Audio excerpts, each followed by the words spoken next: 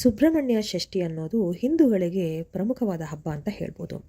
ಯಾರ್ಯಾರಿಗೆ ಕುಜದೋಷ ಅಂತ ಇರುತ್ತೆ, ಹಾಗೆ ಸಂತಾನದಲ್ಲಿ ತೊಂದರೆ ಇರುತ್ತೆ, ಹಾಗೆ ತೊದಲು ಮಾತುಗಳಾಡ್ತಾ ಇರ್ತಾರೆ ದೊಡ್ಡವರಾದರೂ ಕೂಡ, ಹಾಗೆ ಒಂದು ಅಂಗವಿಕಲತೆ ಥರ ಇರಬಹುದು, ಈ ರೀತಿಯ ಸಮಸ್ಯೆಗಳಿಗೆ ಈ ಒಂದು ದಿನ ಅಂದರೆ ಸುಬ್ರಹ್ಮಣ್ಯ ಷಷ್ಠಿಯ ದಿನ ಒಂದು ಸಂಕಲ್ಪವನ್ನು ತೆಗೆದು ನಾವು ಪೂಜೆ ಮಾಡೋದ್ರಿಂದ ಇವೆಲ್ಲ ಸಮಸ್ಯೆಗಳು ಬಗೆಹರಿಯುತ್ತೆ. ಹಾಗೆ ಇದು ಬಹಳ ಹಿಂದಿನಿಂದ ರೂಢಿ ಬಂದಂತಹ ಪದ್ಧತಿ ಇರುತ್ತೆ. ಹಾಗೆ ಇದನ್ನು ಕೆಲವರು ಹೇಳೋ ಪ್ರಕಾರ ಸುಬ್ರಹ್ಮಣ್ಯ ಮನೆ ದೇವರು ಯಾರಿಗೆ ಆಗಿರುತ್ತೆ ಅವರು ಮಾತ್ರ ಈ ಒಂದು ರೀತಿ ಆಚರಣೆಗಳನ್ನು ಮಾಡಬೇಕು, ಈ ಒಂದು ಹಬ್ಬದ ಆಚರಣೆ ಮಾಡಬೇಕಂತ ಕೆಲವರು ತಿಳ್ಕೊಂಡಿದ್ದಾರೆ. ಆದರೆ ಖಂಡಿತ ತಪ್ಪು.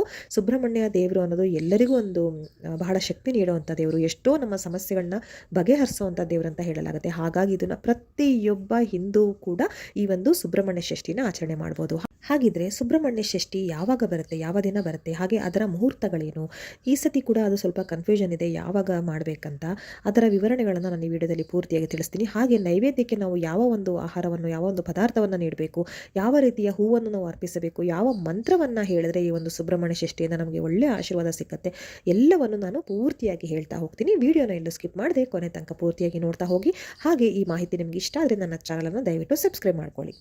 ಈಗ ಮೊದಲನೇದಾಗಿ ಸುಬ್ರಹ್ಮಣ್ಯ ಷಷ್ಠಿ ಯಾವತ್ತು ಶುರುವಾಗುತ್ತೆ, ಮುಹೂರ್ತ ಏನು ಅಂತ ನೋಡೋದಾದ್ರೆ, ಷಷ್ಠಿ ತಿಥಿ ಪ್ರಾರಂಭವಾಗುವಂಥದ್ದು ನವೆಂಬರ್ 25ನೇ ತಾರೀಕು ಮಂಗಳವಾರದ ರಾತ್ರಿ 10:56 ಈ ಒಂದು ಷಷ್ಠಿ ತಿಥಿ ಶುರುವಾಗುತ್ತೆ.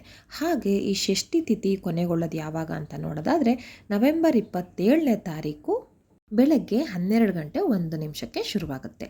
ಇನ್ನು ನಮ್ಮ ಸಾಮಾನ್ಯ ಮಾತಲ್ಲಿ ಹೇಳಬೇಕಂತಂದರೆ ನಾಳೆ ರಾತ್ರಿ ಅಂದರೆ ನವೆಂಬರ್ 25ನೇ ತಾರೀಕು ಮಂಗಳವಾರದ ರಾತ್ರಿ ಶುರುವಾಗಿ ನಾಳಿದ್ದು ಅಂದರೆ ಈ ನವೆಂಬರ್ 26ನೇ ತಾರೀಕು ಬುಧವಾರದ ರಾತ್ರಿ ಹೊತ್ತಿನಲ್ಲಿ ಅದು ಷಷ್ಠಿ ತಿಥಿ ಅಂತ್ಯ ಆಗುತ್ತೆ ಅಂತ ಹೇಳಲಾಗುತ್ತೆ.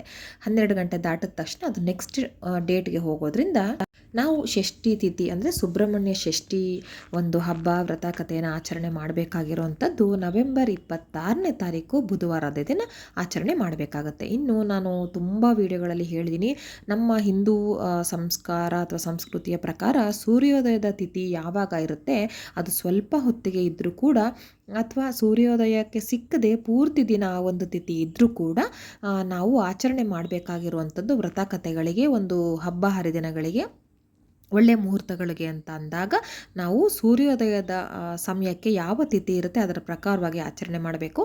ಹಾಗಾಗಿ ಅದೇ ಪ್ರಕಾರವಾಗಿ ಈ ಸತಿ ಸುಬ್ರಹ್ಮಣ್ಯ ಷಷ್ಠಿ ನವೆಂಬರ್ 26ನೇ ತಾರೀಕು ಬುಧವಾರದ ದಿನ ಬಂದಿದೆ. ಇನ್ನು ಈ ಹಬ್ಬದ ಆಚರಣೆ ಹೇಗೆ ಅಂತ ಹೇಳ್ತೀನಿ. ಮನೆಯಲ್ಲಿ ಮಾಡೋದಾದರೆ ಒಂದು ರೀತಿ ಆಚರಣೆ ಇರುತ್ತೆ, ಹಾಗೆ ನೀವು ದೇವಸ್ಥಾನಗಳಿಗೆ ಹೋಗಿ ಆಚರಣೆ ಮಾಡೋದಂದರೆ ಅದು ಒಂದು ರೀತಿ ಇರುತ್ತೆ.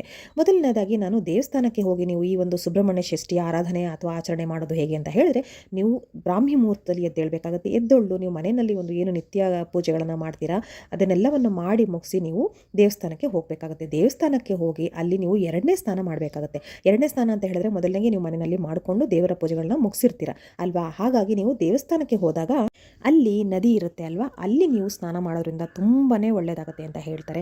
ಹಾಗೆ ಆರೋಗ್ಯ ಸಮಸ್ಯೆ ಯಾರಿಗಿರುತ್ತೆ, ಹೆಚ್ಚಾಗಿ ಒಂದು ಚರ್ಮದ ಸಮಸ್ಯೆ ಆಗಿರ್ಬೋದು ಅಥವಾ ಯಾವುದೇ ರೀತಿ ಒಂದು ದೈಹಿಕವಾಗಿ ಆರೋಗ್ಯ ಸಮಸ್ಯೆ ಯಾರಿಗಿರುತ್ತೆ ಅವರು ಷಷ್ಠಿಯ ದಿನ ಅಂದರೆ ಸುಬ್ರಹ್ಮಣ್ಯ ಷಷ್ಠಿಯ ದಿನ ಯಾವುದಾದ್ರು ನದಿಗಳಲ್ಲಿ ಒಂದು ಸ್ನಾನವನ್ನು ಮಾಡೋದ್ರಿಂದ ಆ ಒಂದು ನಿಮಗೆ ಯಾವ ದೋಷದಿಂದ ನಿಮಗೆ ಆರೋಗ್ಯ ಸಮಸ್ಯೆ ಬಂದಿರುತ್ತೆ ಅದೆಲ್ಲವೂ ಆ ನದಿ ನೀರಿನಲ್ಲಿ ಹೊರಟೋಗುತ್ತೆ, ಆ ನದಿ ಅದನ್ನೆಲ್ಲವನ್ನು ಹೀರ್ಕೊಳ್ಳುತ್ತೆ ಅಂತ ಹೇಳ್ತಾರೆ. ಹಾಗಾಗಿ ಅಲ್ಲಿ ಒಂದು ಸ್ನಾನ ಮಾಡೋದು ಬಹಳ ಪವಿತ್ರವಾದದ್ದು ಅಂತ ಹೇಳ್ತಾರೆ.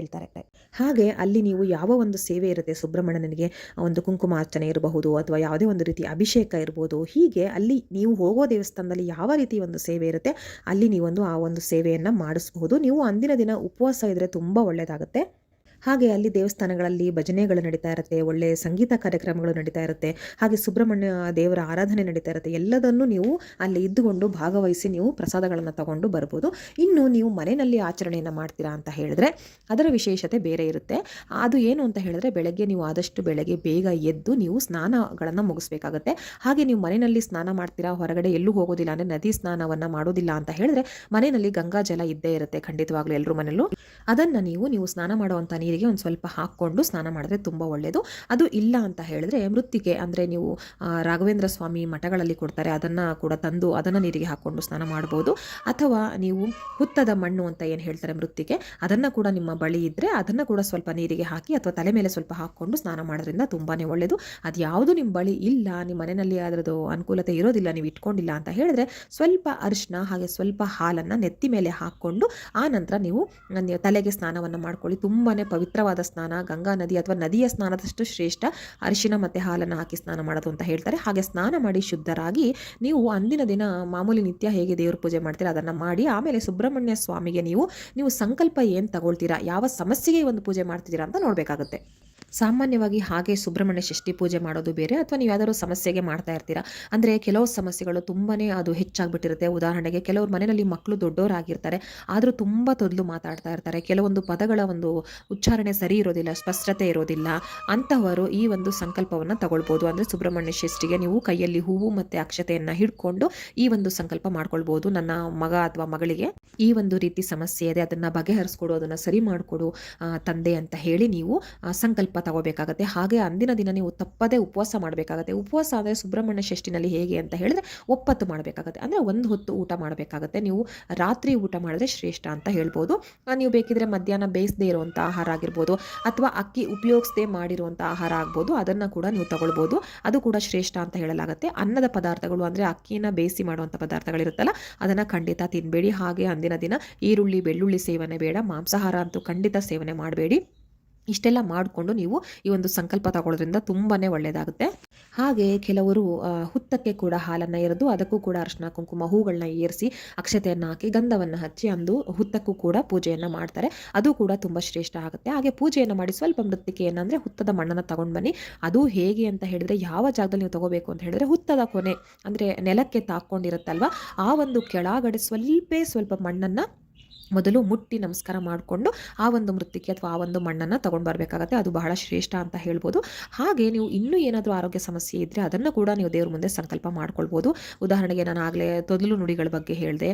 ಹಾಗೆ ಕೆಲವರಿಗೆ ಕೈ ಕಾಲು ಸ್ವಲ್ಪ ಊನ ಇರುತ್ತೆ ಮಕ್ಕಳಿಗೆ, ಅದು ಏನು ತೊಂದರೆ ಇರೋದಿಲ್ಲ, ಆದರೂ ಸ್ವಲ್ಪ ನಡೆಯೋ ರೀತಿ ಚೇಂಜ್ ಇರುತ್ತೆ ಅಥವಾ ಬರೆಯೋ ರೀತಿ ಬದಲಾವಣೆ ಇರುತ್ತೆ.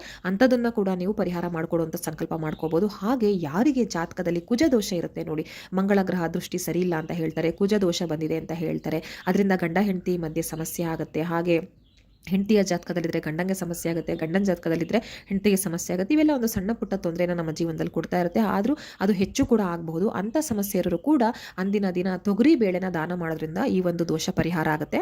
ಹಾಗೆ ಅದರ ಜೊತೆಗೆ ಒಂದು ದಾನವನ್ನು ಮಾಡೋದ್ರಿಂದ ಸುಬ್ರಹ್ಮಣ್ಯ ಷಷ್ಠಿಯ ದಿನ ದಾನ ಕೊಡೋದ್ರಿಂದ ತುಂಬಾ ಒಳ್ಳೆಯದಾಗುತ್ತೆ. ಏನು ಅಂತ ಹೇಳಿದ್ರೆ ಈಗ ಯಾರಿಗೆ ಅವಶ್ಯಕತೆ ಇರುತ್ತೆ, ಯಾರಿಗೆ ಅದರದ್ದು ಒಂದು ನೀಡ್ಸ್ ಅಂತ ಹೇಳ್ತೀವಿ ಅಂತಹವರಿಗೆ ನೀವು ದಾನ ಮಾಡಬೇಕು. ಸುಮ್ಮನೆ ಯಾರಿಗೋ ಫ್ರೆಂಡಿಗೇನೋ ಕೊಡಿಸ್ದೆ, ಇನ್ಯಾರಿಗೋ ಅಕ್ಕಪಕ್ಕದ ಮನೆ ಮಕ್ಕಳಿಗೆ ಕೊಡಿಸ್ದೆ ಅಂತ ಖಂಡಿತ ಮಾಡಬೇಡಿ. ಯಾರು ನಿರ್ಗತಿಕರಿರ್ತಾರೆ ಅವರಿಗೆ ಅವಶ್ಯಕತೆ ಇರುತ್ತೆ, ನೀವು ಕೊಡುವಂಥ ಬಟ್ಟೆ ಆಗಿರ್ಬೋದು, ಹಣ ಆಗಿರ್ಬೋದು, ಅಥವಾ ಏನೇ ಒಂದು ವಸ್ತು ನೀವು ಕೊಡಬೇಕಂದಾಗ ಅವರಿಗೆ ಅದು ಅವಶ್ಯಕತೆ ಇರಬೇಕು. ಆ ಒಂದು ಸಿಕ್ಕಿದ ಆ ಒಂದು ಏನು ನೀವು ಕೊಡ್ತಿರೋ ವಸ್ತು ಸಿಕ್ಕಿದ ಖುಷಿ ತೃಪ್ತಿ ಅವರಿಗೆ ಆಗಬೇಕು. ಆ ರೀತಿ ನೀವು ದಾನವನ್ನು ಮಾಡಿದ್ರೆ ತುಂಬ ಶ್ರೇಷ್ಠ ಅಂತ ಹೇಳಲಾಗುತ್ತೆ. ಹಾಗೆ ನಿಮಗಿರೋ ಎಲ್ಲ ಒಂದು ಕುಜದೋಷಗಳು ಪರಿಹಾರ ಆಗುತ್ತೆ ಅಂತ ಹೇಳ್ತಾರೆ. ಹೀಗೆ ಮನೆಯಲ್ಲಿ ಈ ಒಂದು ಆಚರಣೆ ಮಾಡಿ. ಹಾಗೆ ಸಂಜೆ ನೀವು ಬೆಳಗಿಂದ ಉಪವಾಸ ಇದ್ದು ಸಂಜೆ ಈ ಒಂದು ಷಷ್ಠಿಯ ಆಚರಣೆ ಮಾಡಬೇಕಾಗುತ್ತೆ. ಸುಬ್ರಹ್ಮಣ್ಯ ದೇವರ ಒಂದು ಶ್ಲೋಕಗಳಿರುತ್ತೆ, ಹಾಗೆ ಅದಕ್ಕೆ ಸಂಬಂಧಪಟ್ಟ ಭಜನೆಗಳಿರುತ್ತೆ, ಎಲ್ಲವೂ ಸಿಕ್ಕತ್ತೆ. ಅದನ್ನೆಲ್ಲ ನೀವು ಓದಬೇಕಾಗತ್ತೆ ದೇವ್ರ ಮುಂದೆ ಕೂತ್ಕೊಂಡು. ಸಂಜೆ ಹೊತ್ತು ಬೆಳಗ್ಗೆನೂ ನೀವು ವಿಶೇಷ ಪೂಜೆಯನ್ನು ಮಾಡಬೇಕಾಗತ್ತೆ. ಹಾಗೆ ಸಂಜೆ ಕೂಡ ನೀವು ಹೇಗೂ ಉಪವಾಸ ಇರ್ತೀರಾ, ನಾನು ಹೇಳಿದ್ನಲ್ಲ ಉಪವಾಸ ಯಾವ ರೀತಿ ಅಂತ, ಆ ರೀತಿ ಉಪವಾಸ ಇರ್ತೀರಾ. ಹಾಗೆ ಅದನ್ನು ಕಂಟಿನ್ಯೂ ಮಾಡಿ.